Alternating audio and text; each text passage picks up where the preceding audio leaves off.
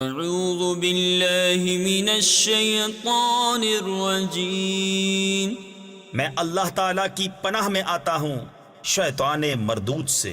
بسم اللہ الرحمن الرحیم۔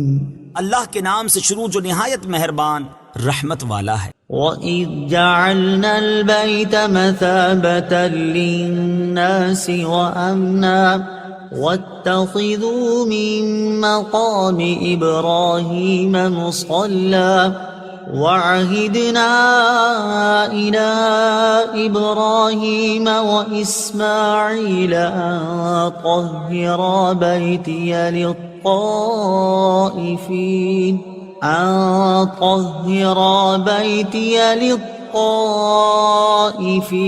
وَالْعَاكِفِينَ وَالرُّكَّعِ السُّجُودِ۔ اور یاد کرو جب ہم نے اس گھر کو لوگوں کے لیے مرجع اور امان بنایا، اور اے مسلمانوں تم ابراہیم کے کھڑے ہونے کی جگہ کو نماز کا مقام بناؤ، اور ہم نے ابراہیم و اسماعیل کو تاکید فرمائی کہ میرا گھر طواف کرنے والوں اور اعتکاف کرنے والوں اور رکوع و سجود کرنے والوں کے لیے خوب پاک صاف رکھو۔ وَإِذْ قَالَ إِبْرَاهِيمُ رَبِّ اجْعَلْ هَٰذَا بَلَدًا آمِنًا وَارْزُقْ أَهْلَهُ مِنَ الثَّمَرَاتِ مَنْ آمَنَ مِنْهُم بِاللَّهِ وَالْيَوْمِ الْآخِرِ قَالَ وَمَن كَفَرَ فَأُمَتِّعُهُ قَلِيلًا ثُمَّ أَضْطَرُّهُ إِلَىٰ عَذَابِ النَّارِ وَبِئْسَ الْمَصِيرُ۔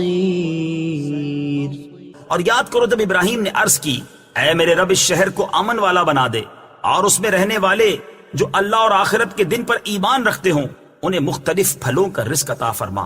اللہ نے فرمایا اور جو کافر ہو تو میں اسے بھی تھوڑی سی مدت کے لیے نفع اٹھانے دوں گا، پھر اسے دوزخ کے عذاب کی طرف مجبور کر دوں گا، اور وہ پلٹنے کی بہت بری جگہ ہے۔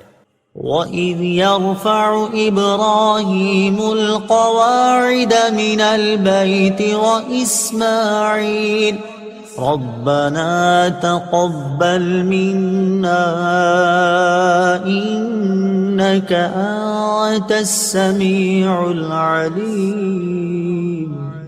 اور جب ابراہیم اور اسماعیل اس گھر کی بنیادیں بلند کر رہے تھے یہ دعا کرتے ہوئے اے ہمارے رب ہم سے قبول فرما، بے شک تو ہی سننے والا جاننے والا ہے۔ صدق اللہ العظیم۔